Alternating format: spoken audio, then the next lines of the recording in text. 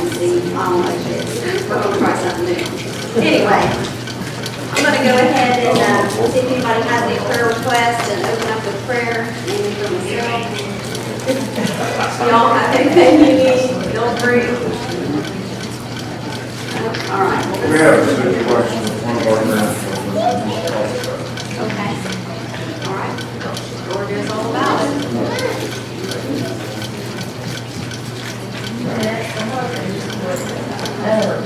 So I interviewed for a job, and I had like 4 interviews, and it was like almost a month-long process, but I found out Friday that I got the job. So I got a new job, and it's a better opportunity, so I'm going to take part of that. It's exciting. Here's what we care about then. Anybody else? You said that was your grandson? All right, let's go to prayer, class. Dear Heavenly Father, Lord, we come to you once again this morning, Lord. Father, we just want to bring these needs and requests, Father, to you. We're thankful for Howard's praise report, Lord. We give you praise and glory for that. Father, Lord, we ask for Johnny McGee's grandson, Lord. You know all about that situation, Lord. Father, we pray that you would intervene, Lord. Touch his heart and touch his mind, Father. Help him to turn to you, Father, in this situation, Lord. Help him to trust and rely upon you, Father, for all things, all needs that we have, Lord. Father, once again, Lord, we ask for your anointing to teach your word today. Help us, Lord, we pray, Father, in our hearts and minds for what you have for us today in class and for what you have in the after service, Lord. We just want to praise and honor your name, Lord. Amen. Well, I'm going to get right into the lesson today. I got a few different titles for this, and we'll see what we end up with. But I'm going to start with this. We here at Beach Fork have heard Mary Brown say in her testimonies many, many times, don't use God as a spare tire, right? We've all heard that. And the rest of it says, let him be the steering wheel, right? Meaning, don't just call upon God during the times of need or when something is scary, going wrong, you're in a crisis situation. Obviously, we call upon him during those times, but not just in those times. We want to call upon God in all things. And I was reminded of a bumper sticker that used to be, showing my age, used to be very popular on the back of cars that said, God is my co-pilot. Does anybody else want to admit to remembering this? For those 4 hands that are raised. But those used to bug me. I don't know if they bugged you, but they bugged me. Do they bug you too? Oh, that makes me feel better. Thanks, John. I'll give you a gold star. You're my favorite. But God is my co-pilot really bugged me. And I was thinking about Mary's thing, and of course it's vacation season, and many of us have been on the road for way too many miles and hours. I know for us, what was supposed to be a 9.5-hour trip turned out to be over 13 hours to get home. Traffic's crazy, drivers are crazy, the roads are crazy, and I like to look at license plates to see where they're from. I like to read them. So I was reminded of this God is my co-pilot thing, and it still does me. Because I feel like God needs to be our pilot today. God needs to be the pilot. I'll speak for myself, I won't speak for you. I like to be in control. Does anybody else have that issue? Thanks, Tate. I like to be in control. I'm a fixer, I'm a people pleaser, and so I just feel like that all kind of goes all together. If you're a people pleaser, if you like to be in control, that's just part of who we are. I don't know. I'm working on it. Jesus is still working on me, as the song says. But I've not gotten over that. So it may be hard for all of us, some of us, most of us, to give up control in our life. So let God be the driver. Let God be the pilot. Let him be the conductor, like my last lesson, when the train derailed. But the truth is, whether we like it or not, or realize it, he's still in control. It's really just a figment of our imagination if we really think we're in control, right? God's really in control. So, think about this. If if you're going on vacation to a place you've never been before, and it's 637 miles away, and maybe the husband always drives, and you're the wife, and you're like, I'm really glad he's driving, because I don't want to put up with 6 lanes of traffic in Atlanta, or the turnpike, because there's always a wreck. There's always a wreck on the turnpike. I don't think I've ever been on there that I've not seen one. So sometimes, sitting over there in the passenger seat can give us some peace of mind, thinking, I'm just going to listen to the radio. If you're one of the people that can read in the car, not guilty. Good for you. I'm not. I know. See, that's what I'm thinking. People's eyes are like, what? Yeah. Some people read in the car. But you can just sit back, enjoy the ride, take it easy. That's kind of where I want to get you guys to go today. I want you to get at least in the passenger seat, okay? And then we're going to find out later there's a difference when you get in the back seat. You all know where I'm going with that. You don't have any backseat drivers in here, gals. We're going to find out. Okay, if I can get this thing to work. All right. God's really in control of all things, right? Our situations, our children, our grandchildren, our jobs, our finances, our relationships, our problems, everything, including the garden, whether it grows or doesn't grow. We can do all the things right, but He controls the weather. And if the deers need it and the turtles need it, they get it. Which is why we don't plant a garden anymore, because we make them a lovely garden that the deer. I guess they gotta eat too. So I've talked about the road trip and about the comfort of not being the driver. If you're that person, that is not me, that's not Tate. It's not me though. I personally get car sick, so if you have traveled with me at all, a lot of you girls have, we've gone to Tennessee, we've gone on many trips, you all know, Lynn's got to drive. I'll drive my own car, I'll drive your car, I don't care, but I'm going to drive, because y'all don't want me sick. So, think about when you first became a Christian on that spiritual journey, on that walk, on this road that we're on to get to heaven. When you think back to the day you got saved, wasn't that the most wonderful feeling? Did you not feel like it was the best day ever? Like you could conquer anything, you could do anything, nobody could tear you down, nobody could make it a bad day. You were just 10 feet tall, you were bulletproof, you were ready to take everything on, everything was good, you were happy to let God have control. You were ready to see what kind of plans He had for your life. Everything was great, right? But maybe, just maybe, some of us have been on that journey for a while, and we tried to get back in the driver's seat. Okay? Perhaps maybe you've come to be a backseat driver. How many likes a backseat driver? I won't ask for show of hands who are backseat drivers, but I think we all know who they are, what happens. They get back there, and in the back seat, they think they know everything. They know where we're going. They know the stops. Oh, the road forks up here. Make sure you stay in the right lane. Yep. You're thinking, just came this way last year, and they were working on the road, so we better change the whole schedule. We better travel at night. The kids are not going to do well during the day, so let's do this. Or they're back there going, I've got to have something to drink, and an hour later, now I need to have a roadside rest. You know, thinking, we all just get in the car and go. Let's just get there. Yeah. Eric says, I am not good to take hints because I just get in the car and I go.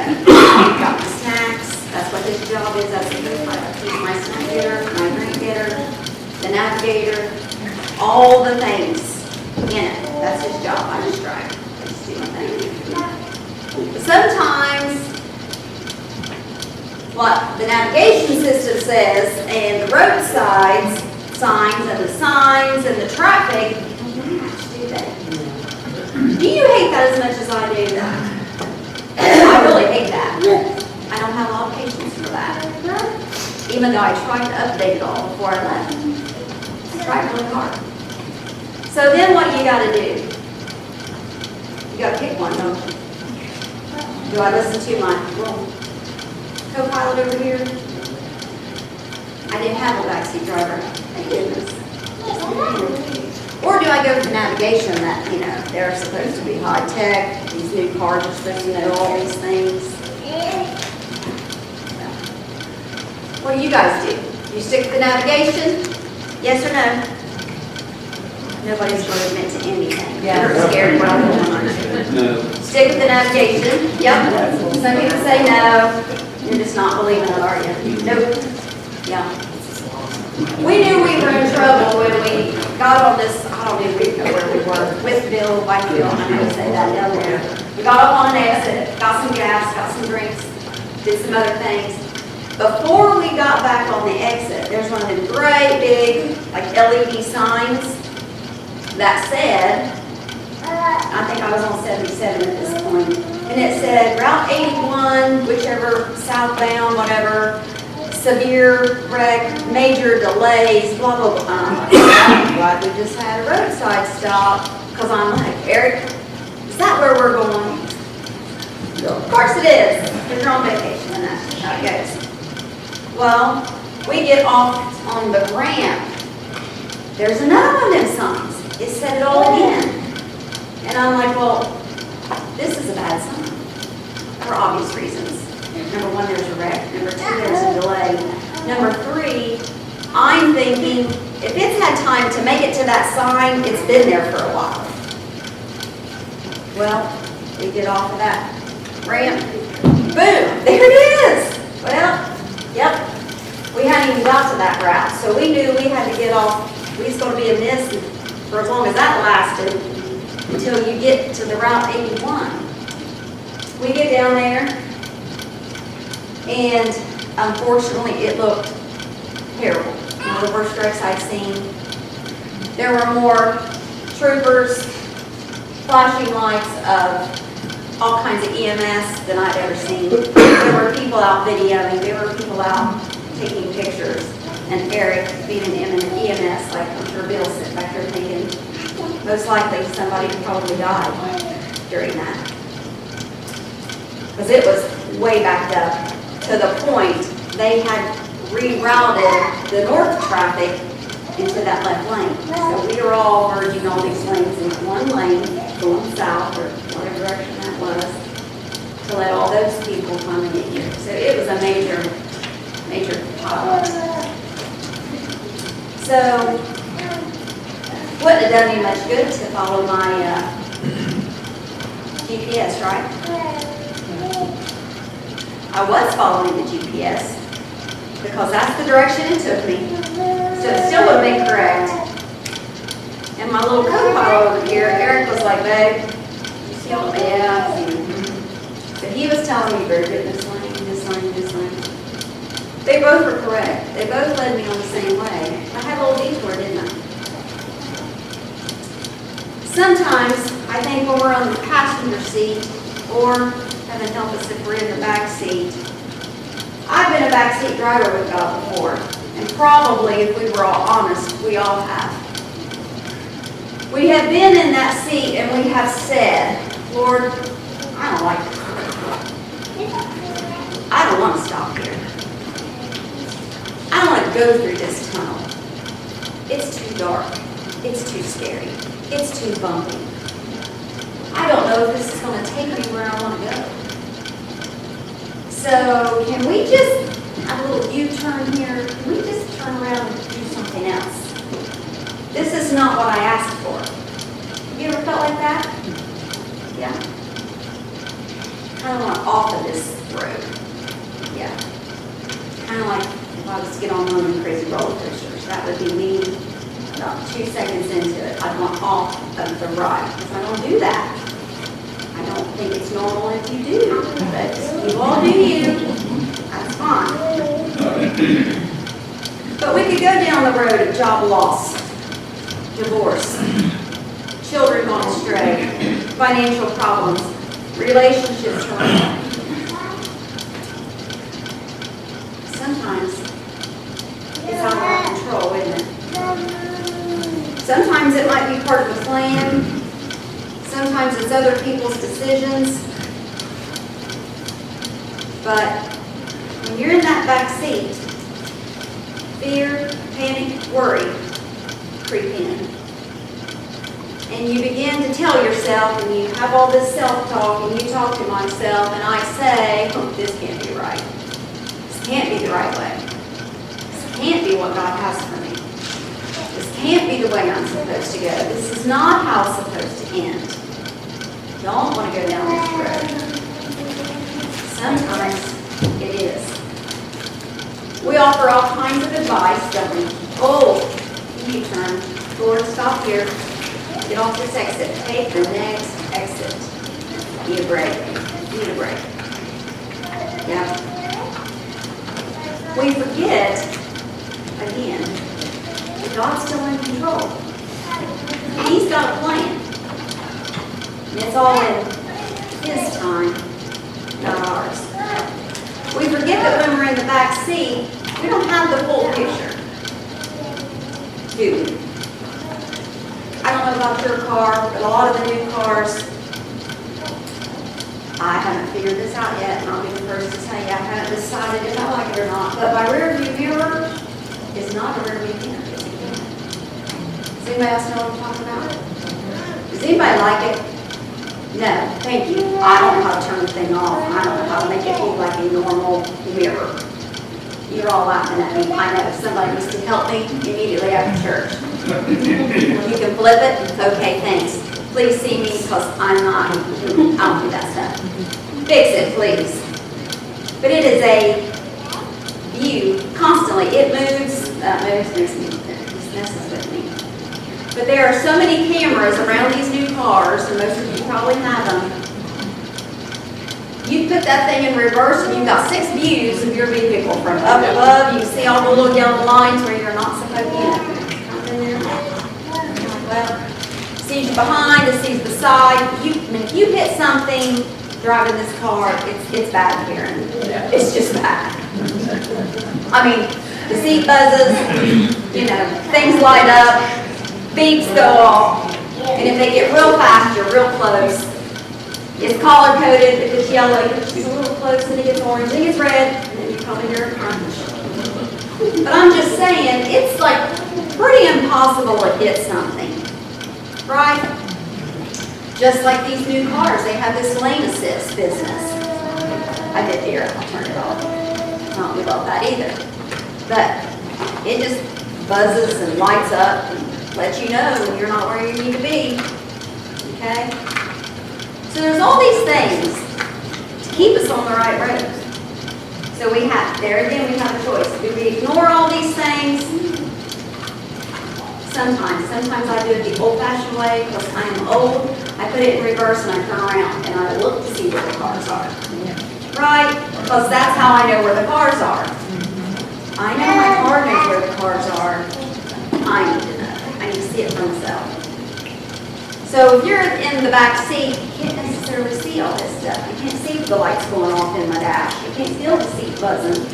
You can't see the side mirrors. You can't see all that stuff. So why are the backseat drivers, us, why are we trying to tell the driver what to do when we don't have the full picture? We just don't. We just don't have the full picture. We have to trust God that He has a plan for our life. He knows me and you better than we know ourselves. He knows what we need. He knows when we should have X, Y, and Z. So really, we just need to let Him have control. God knows what is behind us. He knows what's ahead of us. He knows what's all around us. He knows whether it's good and whether it's bad, and I think sometimes it's a good thing in our prayer life to ask the Lord, who would you have in my life? Who would you have? We all have a little circle of friends. Some are in the inner circle, some are in the outer circle. You know, we all have acquaintances, we have friendships, and then we have close relationships. Statistics tell us there's probably about 5 people in most of our inner circles, meaning 5 people that we can really be our true, authentic self with. That I'm not worried about what Ron's going to think of me. I'm not worried that she's going to think, you think that, you said that. I'm just being real. Kind of a disclaimer. You don't really have to say those things when you're with your 5 people, do you? Right? They know you. So God knows you better.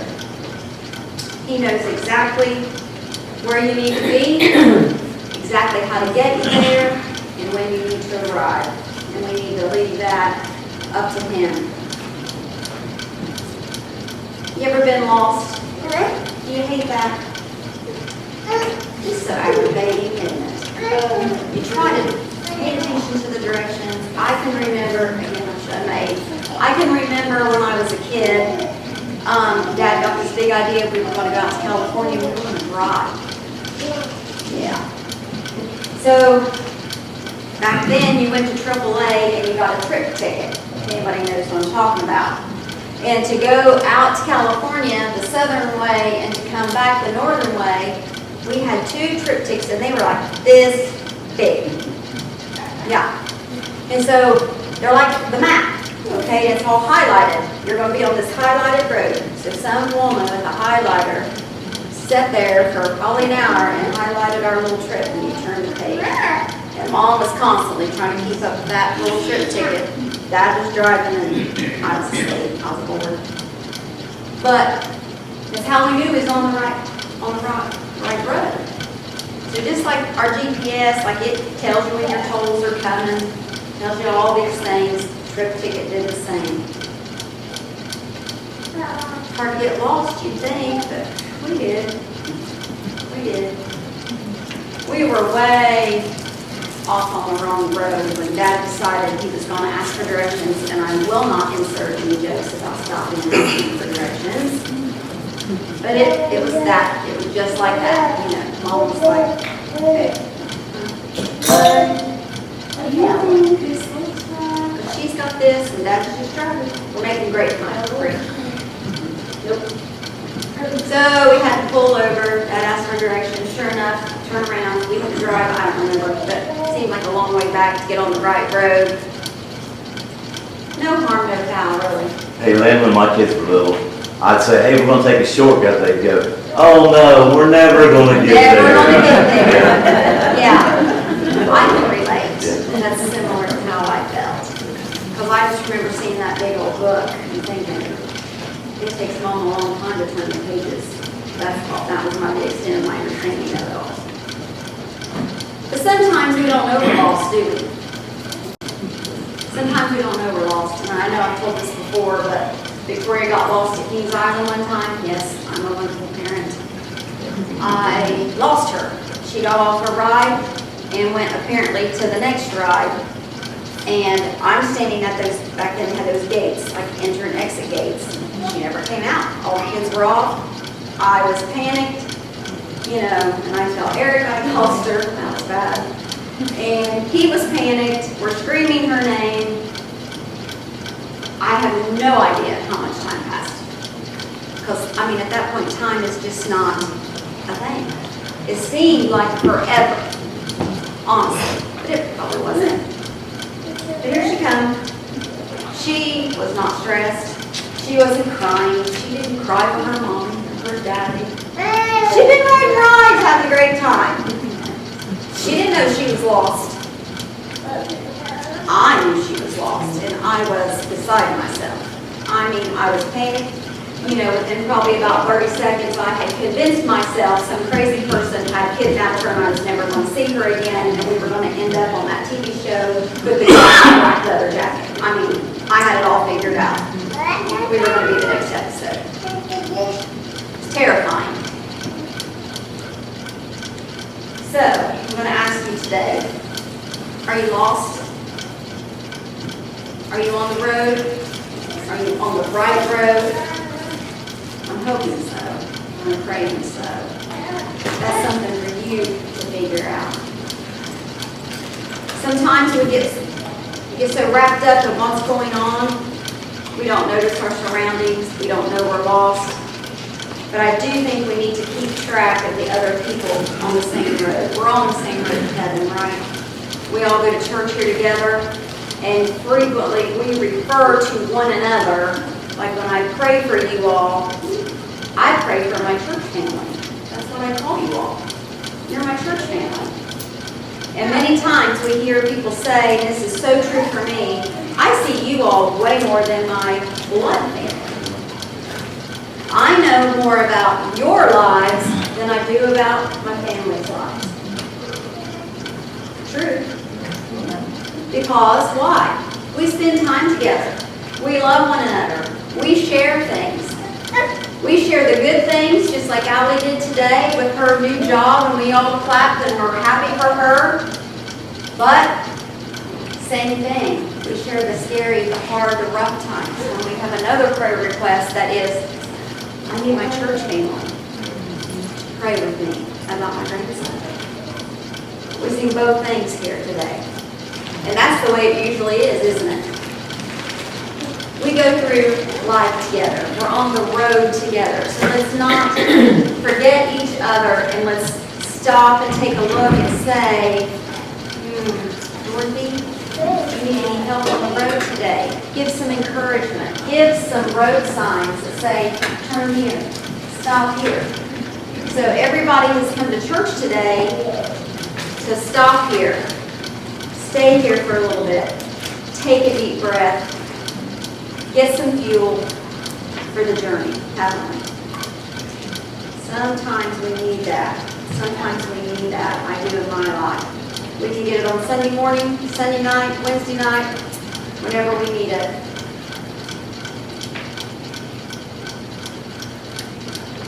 Sometimes when you're in the back seat and you're saying, take the next exit. Sometimes we say it and then we're like put them on your shoulder. Hey, seriously, take the next exit. Okay. Sometimes I feel like we bug God so much and we say, I want this, this, this. Lord, I really do want it. Or this is the best thing for me. Lord, I want this, I want this, I want this. And He says, okay. Okay. You can have this. Probably not going to like it. But He does it to show me He still knows what's best. He gives in. And a few miles down the road, you realize what I thought was what I wanted, what I needed, wasn't right at all. So then we're taking our mess back to God and being like, I am way off the route. Little Sally is what I call mine. Sally's going, take a U-turn, take a U-turn. And I'm like, I would if I knew where, because, I'm not even on a road anymore, and it's a dirt path, and there's no place to turn a big vehicle around. So if I'd have just listened to what she said, I wouldn't have got myself in that mess. Right? So you missed the big yellow sign, warning of the sharp turns ahead. And then around here you see a lot of these turkey signs. Yeah, not great for us people to get car sick. Right? So that's the way it goes. The Bible speaks of Jesus being the light of the world. No wonder it gets dark sometimes. We kick Jesus out of the car completely at times. Right? John 8:12 says, Then spake Jesus again unto them, saying, I am the light of the world. He that followeth me shall not walk in darkness, but shall have the light of life. Just trust God. Trust God. How do you know when you're off course? You begin to not notice the familiar landmarks. Okay? So whether it's GPS, and you're following, it says 2.2 miles ahead. Okay, sharp right turn. Okay, well, if you go that far ahead and you don't see a right turn, something's wrong. You're on the wrong road, right? Just like a little blue line tells you. If you look at it, oh, there it is. It's coming up. Okay? Just like the landmarks, we did this a lot in home care. I only have 5 minutes. In home care, you learn things real fast. Just like if I'm giving directions to beach work, I'm going to tell you, well, when you're in Otway, continue on 348, go across the railroad tracks by the depot. You're going to go about 4.5 miles, get to a sharp turn, big church on the right, can't miss it. Landmarks. That's how you know. Oh, here's the railroad tracks. Oh, there's the depot. I'm going to turn right here. Oh, here's the railroad tracks. Oh, there's a covered bridge, 4.5 miles. Oh yeah, here we are. You can't miss this place. There's got to be some landmarks. I'm going to have to speed this up really fast. But that's how we get there. We look for the landmarks. There's some landmarks so we know we're on the right journey. So real quickly. Landmarks on the Christian journey, number 1, we're coming to church. Church attendance. Fellowship with others on the same journey. Hebrews 10:25 says, not forsaking the assembling of ourselves together as the manner of some is, but exhorting one another, and so much the more as you see the day approaching. Number 2, you guys know these next 3 points. I know you do because you're all good workers. Number 2 is you're praying. You're getting in that prayer closet. You're keeping in contact with the driver. You're strengthening your relationship with the driver, the one that's in control. James 5:16 says, confess your faults one to another, pray one for another, that you may be healed. The effectual fervent prayer of a righteous man availeth much. We also know we're on the right road because we see answers to our prayers. Number 3, what else did I leave out? Read your Bible. Read your Bible. It's fuel for the journey. We should have a desire to read the Word and learn about Jesus and His principles. 2 Timothy 2:15 says, study to show thyself approved unto God, a workman that needeth not to be ashamed, rightly dividing the word of truth. Number 4, we should have some fruits of the Spirit. Not that we're judging you, or maybe more so judging ourselves, or kind of just taking a little self-inventory. More like evidence. Evidence. Galatians 5:22-23 says that the fruit of the Spirit is joy, love, joy, peace, long-suffering, gentleness, goodness, faith, meekness, temperance. Against such there is no law. There will be a difference in us versus the world, is what I'm trying to say.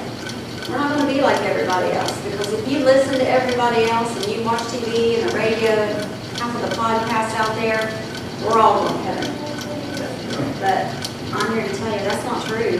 That's not what the Word of God teaches. So let's make sure we got the real Jesus. Not the feel good on Sunday Jesus, but the kind of Jesus that lasts all week long. There will be a difference in us. We are to be set apart. 1 Peter 2:9, but ye are a chosen generation, a royal priesthood, and holy nation, a peculiar people, which means purchased people. I was bought by His shed blood. So were you. Let's not take that lightly. Let's not minimize that. Okay? That should forth the praises of Him who hath called you out of darkness into His marvelous light. When you get off course, get back on. You know? Ask for directions. Hit that OnStar button. Do you know if you don't pay the money to OnStar, that button still works? It does. And I only know that because I got really lost with no cell service during home care. Not a good situation. But I pushed that button, and you know there was a woman there that stayed on the line with me. She somehow could, even without cell service, see my vehicle, got me out on the road to where I had cell service. She did not hang up. That was amazing. That reminds me, that's just like my Jesus. He is there. He is there always. Always. Whether you feel like you've messed up, and maybe you don't feel like you can go to God, you can. That's when we need to go to Him. Get back on course, okay? Be careful who you're asking for directions from. Is Dr. Phil and Oprah? Be careful who you're getting your directions from. Go to God, go to a Christian friend, Christian counselor. Use that spiritual OnStar button. Our little OnStar button here is like when we call the prayer band and we say, I need some help. That person, these people, we pray with you, we stay on the line with you until the situation has fixed itself, just like with Mike and Mary. We prayed with them for as long as it took, did we not? That's what we do here. That's what this work's all about. All right? Jesus, take the wheel, is what we need to say. There's a lot to that. So get out of the back seat. Try to get in the passenger seat. That's the best place for us to be. And let Jesus take the wheel, okay? Okay, time's up. Thanks, class. And you always remember, we have our women's meeting coming